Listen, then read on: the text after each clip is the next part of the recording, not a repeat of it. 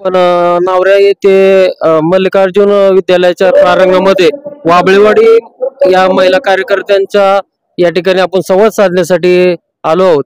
तर आपणाला वाबळेवाडी शाळेविषयी विद्यमान आमदारांनी काय तुमच्या शाळेविषयी प्रतिक्रिया केली?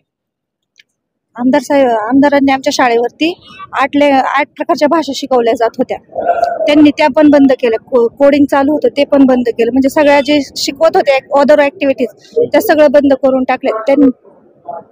त्यांनी आम्हाला खूप त्रास दिलाय. त्यासाठी आम्ही आमच्या स्वतःच्या स्वखर्चाने 2 दिवस झाले फिरतोय आम्ही पूर्ण शिरूर तालुक्यात.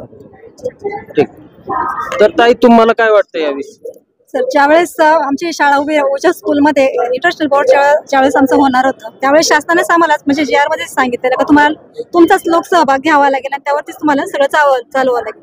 मग आम्ही आमच्या गावचे तमाशे वगैरे असतील, यात्रा असतील, जे काय करायचे सगळं शिवजयंती असेल सगळं बंद केलं. आमच्या पर्सनली जे बचत गट होते त्यांचा पण पूर्ण आम्ही जो काय यायचा मला व्याज वगैरे ते पण आम्ही शाळेसाठी सगळं संपूर्ण लागलो. आणि एवढं असतानाही आणि आमदार साहेबांनी म्हणजे तुम्ही तुमच्या पर्सनल अकाउंटात ते पैसे कसे काय घेतले हे आम्हाला तर ताई तुम्हाला पैसे काढले जातात. स्वतःच याच्यात काहीच नाही. सगळी आमच्या ग्रामस्थांनी स्वतःचे जुने घराचा जो खर्च असेल काय दिलेलं लोकांना त्याच्यातूनही आम्ही शाळेला खर्च केलेला आहे. ठीक आहे.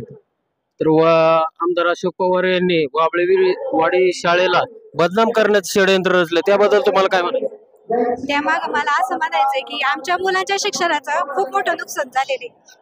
आमच्या मुलं जे ऍक्टिव्हिटी शिकत होते कोडिंगचं वगैरे, स्वतः माझा मुलगा इयत्ता 5वीत असताना लाईफ आहे याचा शोध लावला त्यांनी. त्याला स्वतः शास्त्र निवायचं असं तो 5वीत म्हटलं, पण आता त्याचं ते म्हणजे स्वप्न अधुरं राहते का अशी आम्हाला शंका आहे. पण जर आमदार अशोक पवार यांना जर पाडलं ना ते स्वप्न आमचं पूर्ण होणार आहे. माझ्या मुलाचं तरी पूर्ण होणार आहे. सगळ्या मुलांचे भविष्य चांगलं होणार.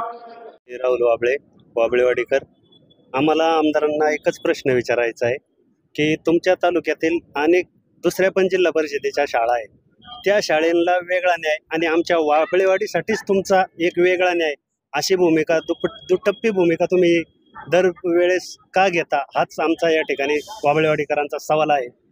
कोयाळी पुनर्वसनची जी शाळा आहे त्या शाळेसाठी तुम्ही वेगळा न्याय करता आणि आमच्या वाबळेवाडीसाठी एक वेगळा न्याय करण्यासाठी तुम्ही संपूर्ण अधिकारी वर्ग त्या ठिकाणी कामाला लावता. ही धोरणं तुमची चुकीची आहे आणि या धोरणांचा या ठिकाणी आम्ही निषेध करतो आणि याच्यातूनच जनता तुम्हाला यावेळेस नक्कीच माफ करणार नाही. हेच मनोगत या ठिकाणी आम्ही व्यक्त करतोय. त्यांनी आमच्याकडून त्यावेळेस स्टॅम्पवरती लिहून घेतलेले हमीपत्रावरती की आम्ही तुम्हाला आंतरराष्ट्रीय दर्जा देणार, परंतु ज्या भौतिक सुविधा लागतील, जे काही लागणार आहे, शाळेला जागा लागेल, शाळेला भौतिक इमारती सुविधा लागतील, त्याच्यासाठी ग्रामस्थांनीच मदत करायची. या बेसवरती त्यांनी फक्त आम्हाला आंतरराष्ट्रीय बोर्ड दिला आणि त्यानंतर वाबळेवाडीकरांनी 1.5 एकर जागा ही वाबळेवाडीच्या शाळेच्या विकासासाठी दिली आहे आणि त्यानंतर आम्हाला आंतरराष्ट्रीय दर्जा मिळाला. आज आमच्या परिसरामध्ये जर जागेचा विचार केला तर करोडो रुपयाची जागा शाळेला त्या ठिकाणी आमच्या ग्रामस्थांनी दान दिली आणि अशोक पवार आमच्या लोकांवरती त्याच ठिकाणी आरोप करतायत की तुम्ही शाळेला जागा दान दिली परंतु तुम्ही 4-4 कोटी खाल्ले. 4-4 कोटी कशाला म्हणतात हे अजून आमच्या ग्रामस्थांना माहीत सुद्धा नाही. परंतु आमदारांनी जे आमच्यावरती कारस्थान केलं, खरं तर त्यांना वाबळेवाडीतील लोक काही हाताशी धरून हे कारस्थान करायचं होतं, पण आमचा एकही पालक किंवा एकही ग्रामस्थ त्यांच्या हाताला न लागल्यामुळं त्यांचे जे प्रायव्हेट कॉन्ट्रॅक्टर होते त्यांना त्या ठिकाणी त्यांनी तक्रारी करायला लावल्या. परंतु ही सगळी चौकशी जी झाली ती चौकशी कुठल्याही प्रकारची लेखी तक्रार न होता झाली. अधिकारी यांच्या प्रेशरमध्ये असल्यामुळे उठायचे आणि शाळेवरती कार्यवाही करायची आणि निकालांती असं लक्षात आलं की या वाबळेवाडीबद्दल कुठेही लेखी तक्रार नव्हती, परंतु आमदारांनी त्यांचे कार्यकर्ते पाठवून अधिकाऱ्यांवर प्रेशर आणून सगळी चुकीची कार्यवाही केली. म्हणून वाबळेवाडीकरांचं त्या ठिकाणी आमच्या ज्या मुलांचं नुकसान झालेलं आहे, जी वारे गुरुजींच्या मार्गदर्शनाखाली अतिशय अव्वल दर्जाची शाळा निर्माण झाली होती, त्या ठिकाणी मुलांना आम्ही 5वी-6वी पासूनच फाउंडेशनचे कोर्स शिकवत होतो, कोडिंग प्रोग्रामिंग शिकवत होतो, ज्या आमच्या शाळेमध्ये 5-5 लँग्वेज शिकवले जात होते आंतरराष्ट्रीय दर्जाच्या. हे सगळं चालू असताना आमच्या ग्रामस्थांनी यात्रा बंद केल्या, तमाशा बंद केले. आमच्या महिला बचत गटांनी वर्षाला होणारा फायदा देखील वाबळेवाडीच्या शाळेमध्ये मुलांच्या सुविधांसाठी दिला आणि अशा यामध्ये अशोक पवार आमच्यावरती आरोप करतायत की यांनी त्या ठिकाणी पैसे खाल्ले. मला तुम्ही सांगा, आज लोक सरकारी प्लॉट दाबतायत, परंतु वाबळेवाडी एकमेव महाराष्ट्रामध्ये असं उदाहरण आहे की ज्यांनी आपल्या स्वतःच्या जागा शासनाच्या नावावर करून दिलेल्या आहेत.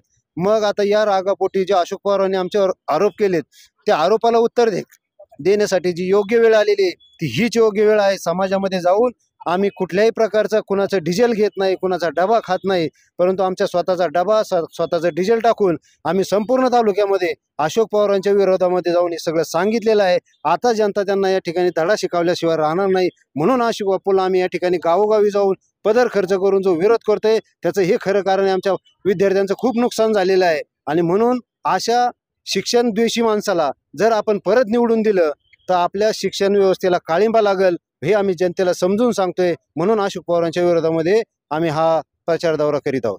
म्हणून आज जे माऊली आबा कटके यांची जी सभा झालेली नावरे गावामध्ये, आपण कुठून आलात आणि नाव काय तुमचं? माझं नाव शिवाजी शहाजी काळभोर, मी लोणी काळभोर या ठिकाणी आलोय.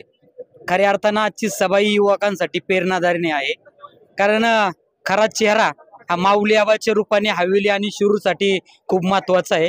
गेले 10 वर्ष झालं आपण पाहतोय की या ठिकाणी विद्यमान आमदार असतील त्यांचं कुठल्याही प्रकारे काम नाही, कसल्याही प्रकारचे फक्त पाट्या लावण्याचं काम केलं जातं. आणि ही लढाई खरं सर्वसामान्यांची आहे, पापुण्याची लढाई आहे. कारण माऊली आबा सारख्या एक दानशूर माणसाने 50,000 भाविकांना उज्जैनची यात्रा दाखवली आणि या ठिकाणी नावऱ्याच्या परिसरामध्ये खऱ्या अर्थाने 22,000 कामगार असतील, सभासद असतील, यांच्या चुलीत पाणी ओतण्याचं काम केलेलं आहे. त्यामुळे ही लढाई सत्य आणि असत्याची आहे. या ठिकाणी सत्याचा विजय होणार आहे आणि येणाऱ्या 23 तारखेला माऊली आबाचा या ठिकाणी खऱ्या अर्थाने गुलाल उधळला जाणार आहे. ताज्या घडामोडी जाणून घेण्यासाठी शिवशाही न्यूज यूट्यूब चॅनलला सबस्क्राईब करा. आपण हा व्हिडिओ फेसबुकवर पाहत असाल तर फेसबुक पेज फॉलो करा आणि शिवशाही न्यूज.com या आपल्या वेबसाईटलाही भेट द्या.